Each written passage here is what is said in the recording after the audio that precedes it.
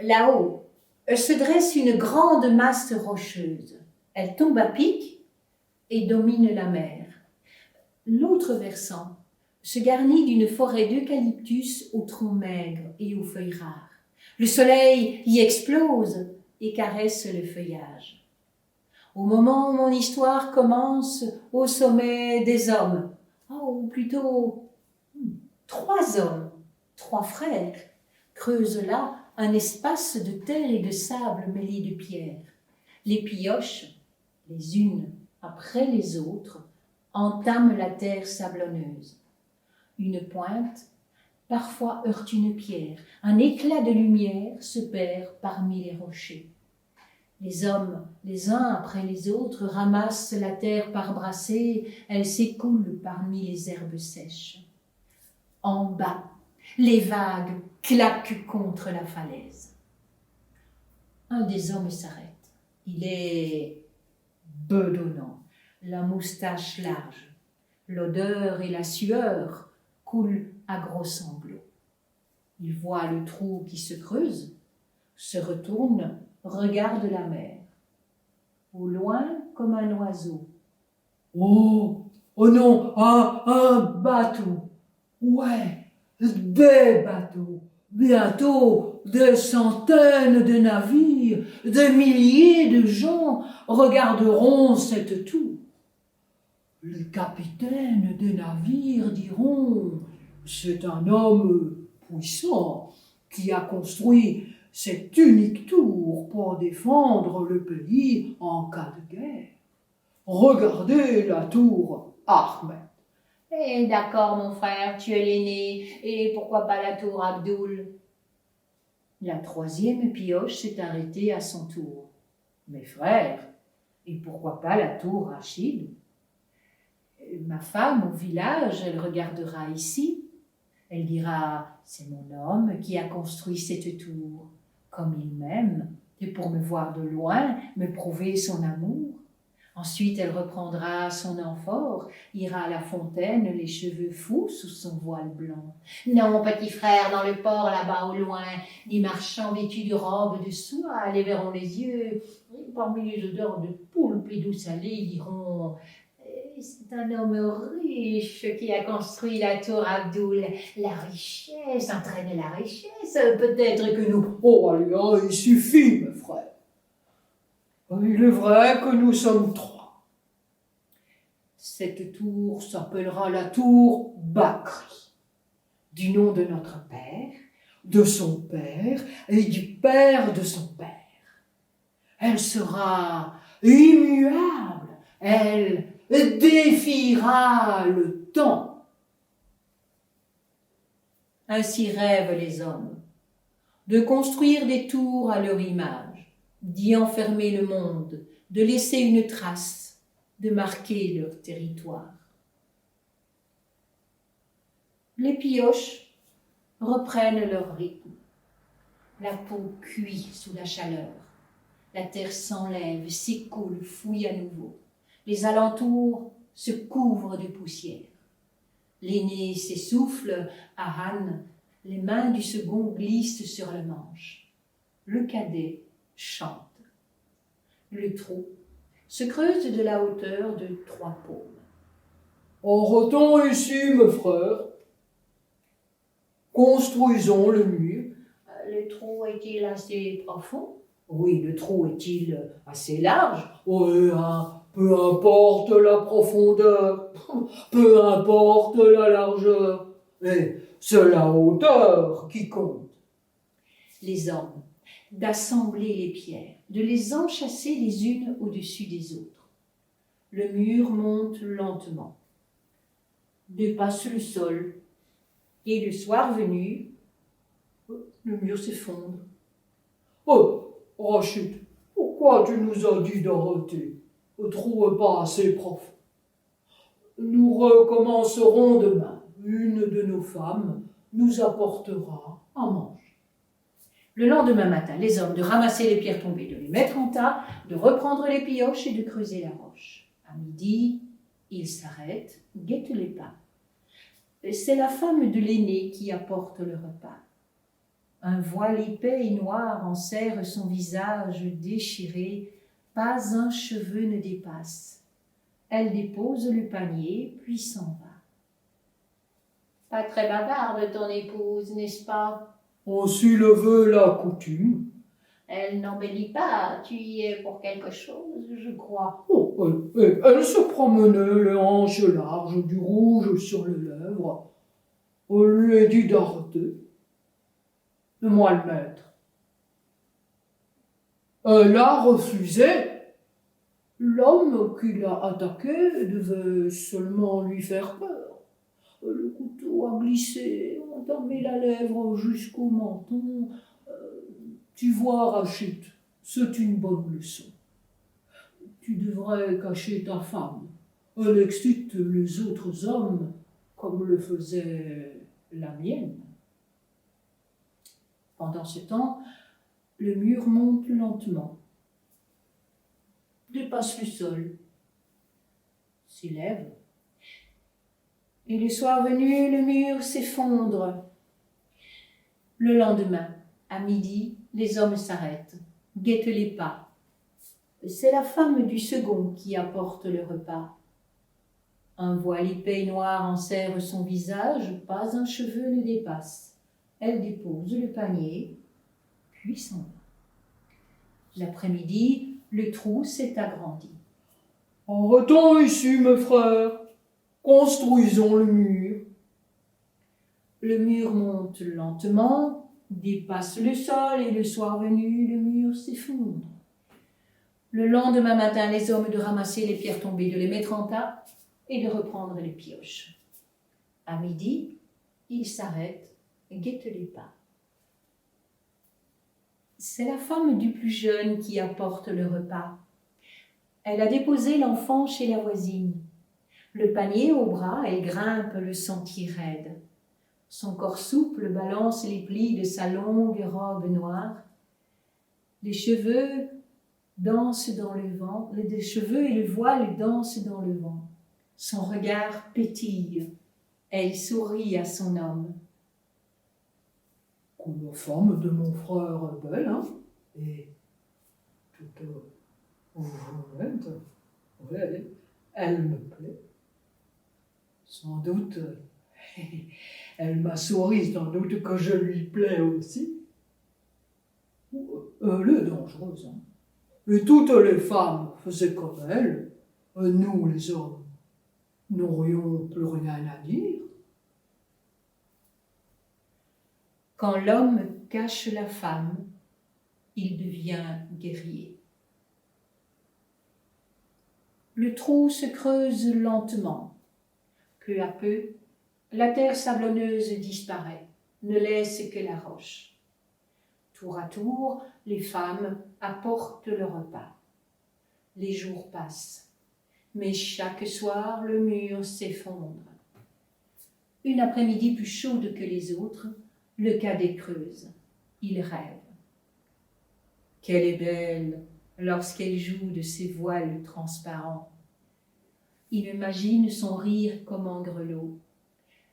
Il imagine l'enfant dans ses bras. Ses lèvres murmurent son chant.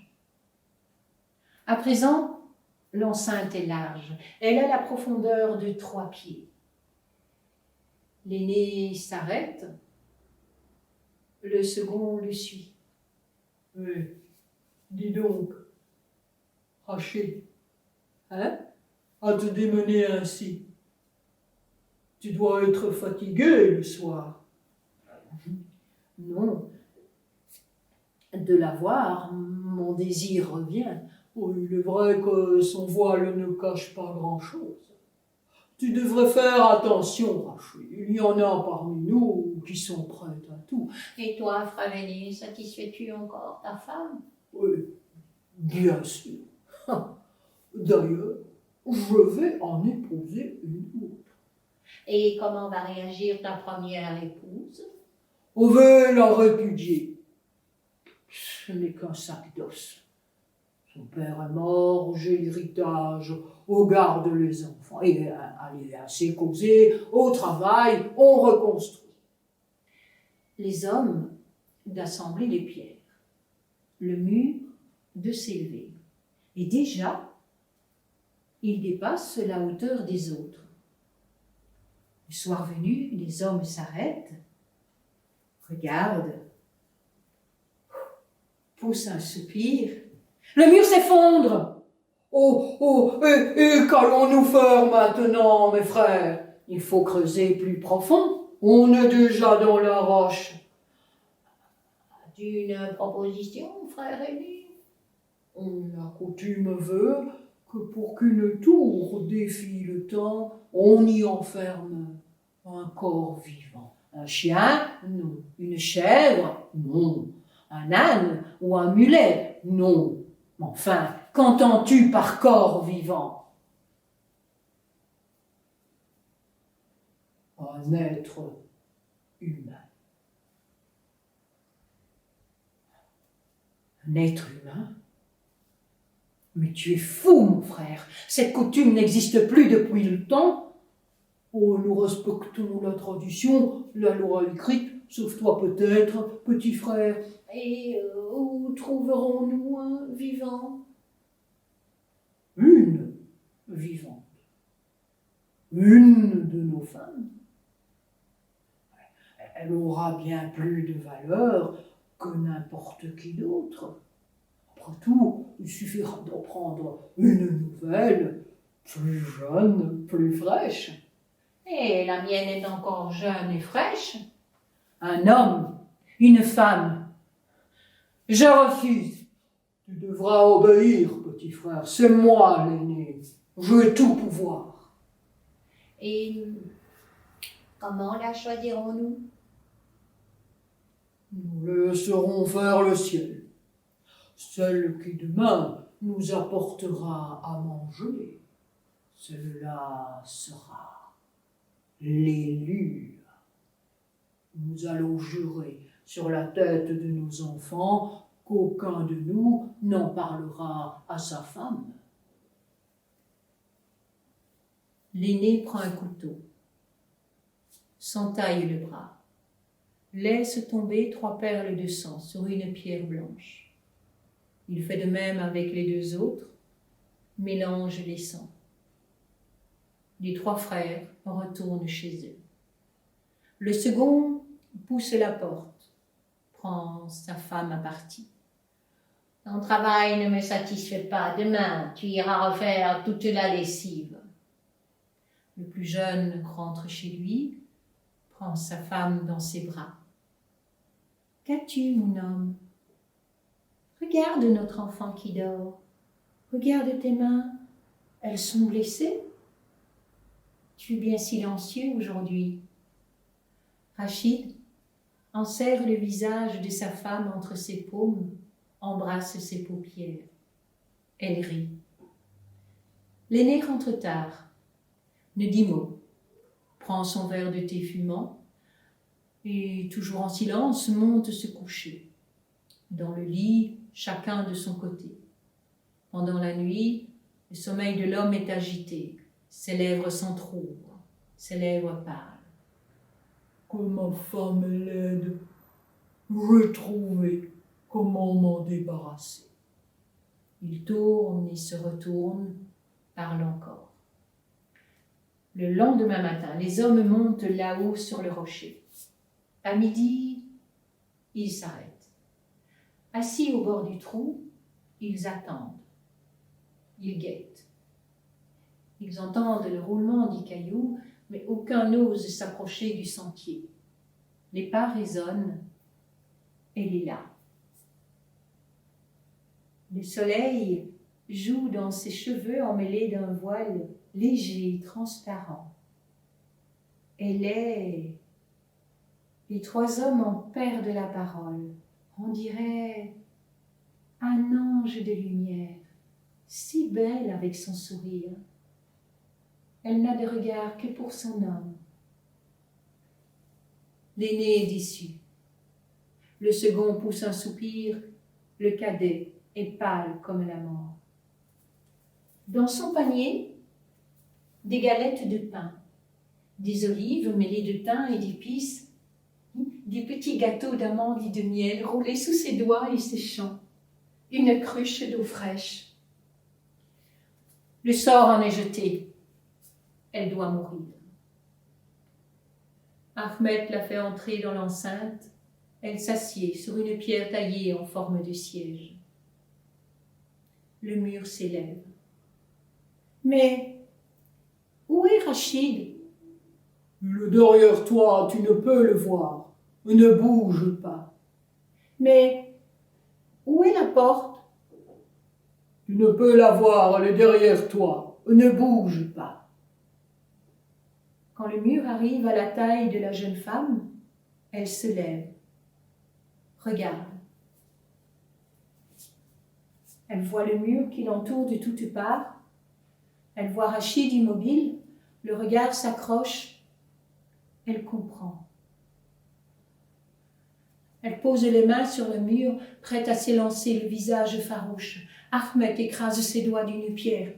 « Mais laissez-moi sortir !»« Rachid !»« Reste tranquille ou sinon je frappe encore. »« Mais l'enfant, Rachid, que feras-tu avec l'enfant ?»« Rachid n'a rien à dire.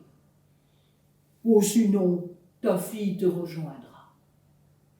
Elle n'est qu'une femelle stupide. Une malédiction de Dieu. Juste un ventre à notre service. » À présent, la jeune femme ne bouge plus. La tour grandit. À un moment, Rachid s'approche. « Je t'en prie, Ahmed, laisse un espace pour qu'elle puisse allaiter notre enfant. Écoute, ou sinon l'enfant mourra. Elle a besoin du lait de sa mère. » La tour continue de grandir. Quand elle arrive à la hauteur des yeux de la jeune femme, il laisse un espace pour qu'elle puisse voir l'enfant quand elle l'allaitera. Il l'enferme, comme ils enferment d'autres femmes dans le silence et le noir, dans ce qu'on appelle des chambres de femmes. Jusqu'à la fin, Rachid, immobile, accompagne sa femme du regard. Chaque jour, il amène la petite fille à sa mère. Pendant qu'elle l'allaite, elle accompagne la tétée d'un chant. Après quelque temps, le regard pâlit, se ternit. Au fur et à mesure qu'il disparaît, Rachid acquiert un autre regard. L'enfant continue de boire le lait de sa mère. Après quelques semaines, dans l'ombre de la tour, le corps disparaît. Ne reste qu'un voile léger et transparent qui frémit au moindre souffle de vent. Et quand pour la dernière fois l'enfant détourne la bouche du sein de sa mère, le voile tombe en un soupir de vent. Il reste immobile à jamais.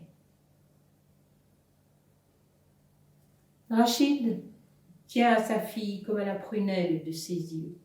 « Tu es fou, mon frère, d'aimer cet enfant. Elle n'est qu'une fille. » C'est l'espoir de demain. Mais tu ne peux comprendre. Tu n'es qu'un homme. Et toi, tu n'es pas un homme, peut-être? Moi, j'essaye de devenir un être humain. Au fil du temps, la tour s'est effondrée. Ne restent que les fondations qui entourent une pierre taillée. Parfois, dit-on, des fleurs de poussière naît un chant. Do, do, do.